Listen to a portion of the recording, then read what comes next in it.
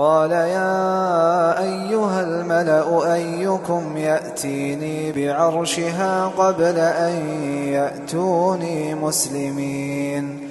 قال عفريت من الجن أنا آتيك به قبل أن تقوم من مقامك وإني عليه لقوي أمين. قال الذي عنده علم من الكتاب أنا آتيك به قبل أن يرتد إليك طرفك فلما رآه مستقرا عنده قال هذا من